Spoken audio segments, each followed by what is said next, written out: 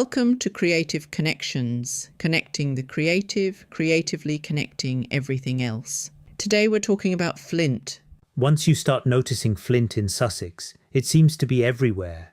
It's in garden walls, old cottages, churches and farm buildings. It lies loose on footpaths and turns up in freshly worked fields. But because it's so familiar, I'm not sure I'd ever really thought about where it came from. I think that's true for many of us. Flint becomes part of the background, yet it connects three very different stories. The formation of the South Downs millions of years ago, the people who mined and worked it in prehistory, and the villages and buildings we recognise as Sussex today. And although this is the story beneath our feet here in Sussex, every part of the country has its own underlying stone and its own connections between geology, landscape and human history.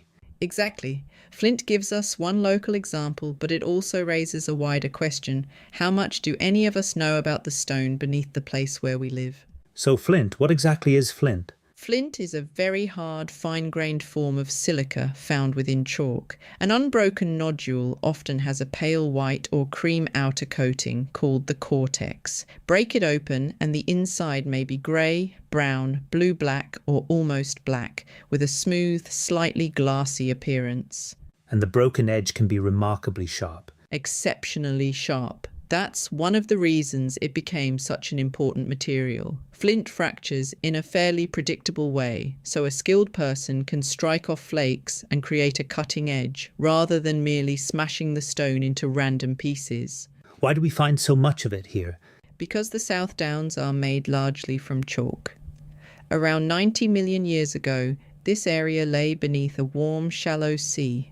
Chalk formed from the accumulated remains of tiny marine organisms. Silica from sponges and other microscopic sea life was dissolved and then concentrated within the chalk, gradually forming nodules and bands of flint. So the flint in a village wall began beneath an ancient sea. Yes. Much later, the chalk was lifted, exposed and worn away. Chalk is comparatively soft, while flint is resistant. As weather and erosion remove the chalk, the flint remains. Farming also brings it to the surface, which is why it can be so noticeable in fields and along tracks. People must have realised very early that it was useful. They did. Flint was used in Britain for hundreds of thousands of years. Early people made cutting tools and hand axes from pieces found at the surface. Later, communities produced more specialised objects, including scrapers, arrowheads, knives and polished axe heads. The controlled shaping of flint by striking flakes from it is called knapping. The word comes from the older verb knap, meaning to strike or break with a sharp blow. It may also reflect the sharp sound made when the stone is struck, although the precise origin isn't completely certain. It must have been the nearest thing they had to a manufactured blade. In practical terms, yes, a newly struck flake could be extremely sharp.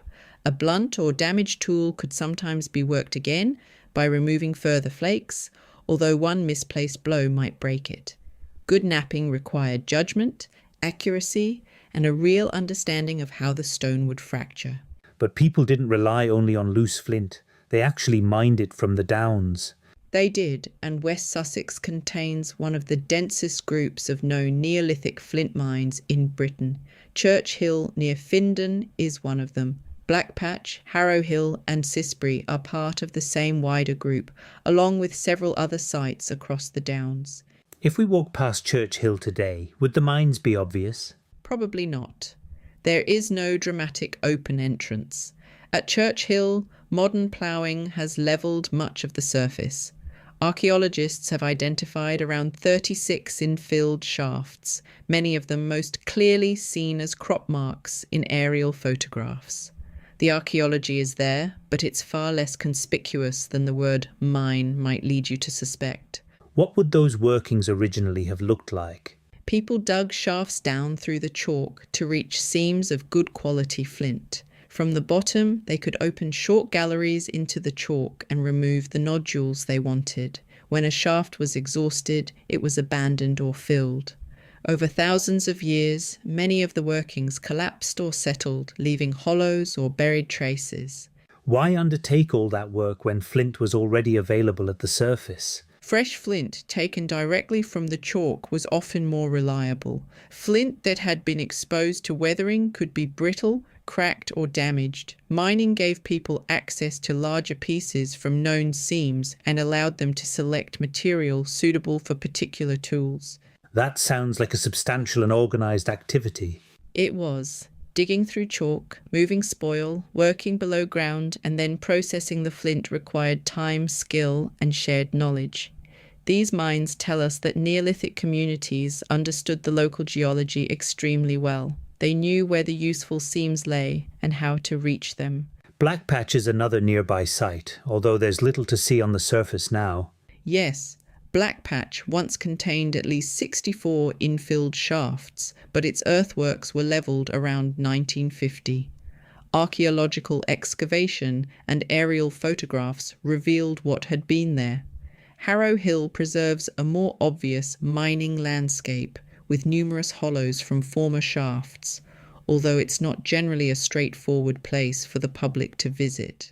Sisbury Ring is where the scale of the mining is easiest to understand. It is.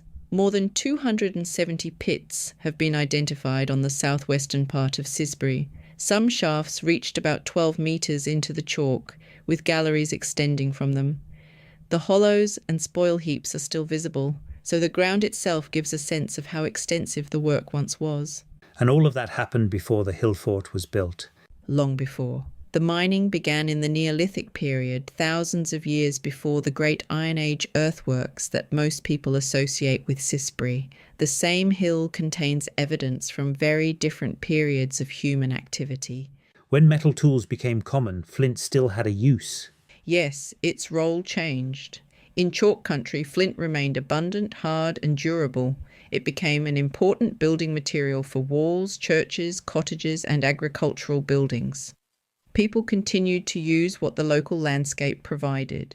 Was it selected mainly for its appearance? Appearance could matter, especially in carefully finished work, but availability was fundamental. Transporting heavy building stone was difficult and expensive, so local materials shaped local architecture. In Sussex, flint was often combined with brick, limestone or other stone for corners, window surrounds and doorways, where more regular shapes were useful. One example close to home is our own parish church, St Mary the Virgin in Clapham. Yes, its nave dates from the 12th century, while the aisles and tower were added in the 13th. It's built mainly of flint with stone dressings, so its appearance comes directly from the materials available in the surrounding chalk landscape. I've walked past it countless times, but I'd never really stopped to think about why it looks the way it does. And once you do, it becomes a very clear example of the connection between the ground beneath a place and the buildings above it. Once you look closely, flint walls are not all alike.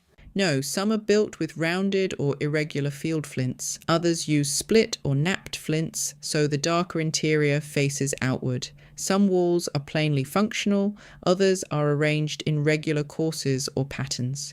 Even without knowing the technical names, you can begin to see the choices made by the people who built them. The colour varies more than I'd realised as well. It does. The weathered cortex may be white, cream or pale grey. A freshly exposed face can be dark grey, brown or almost black. Age, lichen and changing light add still more variation. A flint wall that appears uniformly grey from a distance can be full of colour when you stand close to it. You had a brief chance to try working with flint yourself. A couple of years ago, I took a flint walling course that included a little napping. It certainly didn't make me an expert, but it showed me how much judgment is involved. Flint doesn't arrive as a neat building block, and striking it doesn't guarantee the break you hoped for. Did you make anything you were pleased with? I made enough to appreciate why experienced people make it look much easier than it is. What then does flint tell us about Sussex? It shows how strongly geology can influence human life. The chalk supplied the flint. Prehistoric communities learned how to find, mine, and shape it. Later, builders used the same material to create walls, farms, churches, and villages. One stone links the natural history of the Downs with thousands of years of human activity. It also helps explain why this part of the country has such a recognisable appearance. Yes, local building materials give places much of their character. Limestone villages look different from sandstone ones, and both look different from the flint buildings of the chalk counties. Flint is not unique to Sussex, but it is one of the materials that make the landscape here immediately recognisable. There is an interesting contrast between the mines and the buildings. The walls are obvious, while some of the much older evidence is almost invisible. That's part of what makes Church Hill and Blackpatch so interesting. You can look across an apparently ordinary field or hillside without realising that people once sank mine shafts into the chalk there. At Sisbury, the hollows remain visible, but elsewhere the story has to be recovered through excavation, aerial photography and careful study. So we should be cautious about pointing to any dip in the ground and declaring it a mine shaft. Very cautious. Archaeological landscapes aren't always easy to read, and many natural or later features can look convincing. What matters is knowing that the mining took place here and understanding the evidence archaeologists have used to identify it. After hearing all of this, an ordinary flint wall doesn't seem quite so ordinary. No. You begin to notice the pale, weathered surfaces, the darker, broken faces, and the awkward shapes someone had to fit together. But you also see the longer story, an ancient sea, chalk beneath the downs, Neolithic miners, skilled toolmakers, and generations of local builders. And the loose flint on a path belongs to the same story. It does. Not every piece was suitable for a tool or a wall, but all of it comes from the chalk landscape. Its uses changed over time, while the material itself remained part of everyday life. What should people look for the next time they walk through a Sussex village? Look at where flint appears and how it's been used. Notice whether the stones are rounded or split, pale or dark, roughly placed or carefully arranged. Then remember that the story began long before the wall was built, and that people were mining the same material from these downs around 6,000 years ago. Flint turns out to be much more than a local building material. It's part of the geology, archaeology, and appearance of Sussex. Once you begin noticing it, it becomes difficult not to see how much of the landscape it connects. And the same should be true wherever you live. The stone may be limestone, sandstone, granite, slate, or something else entirely, but it will have influenced the landscape, the buildings, and the history around you. So perhaps the question to take away is this: what stone lies beneath your feet, and what story does it tell about where you live? Thank you for listening. If you enjoyed this episode of Creative Connections, come back next time and we'll draw a new map of connections. Wherever you're watching or listening to this podcast, please like, subscribe, or follow, because it helps us keep the channel going and build even more creative connections.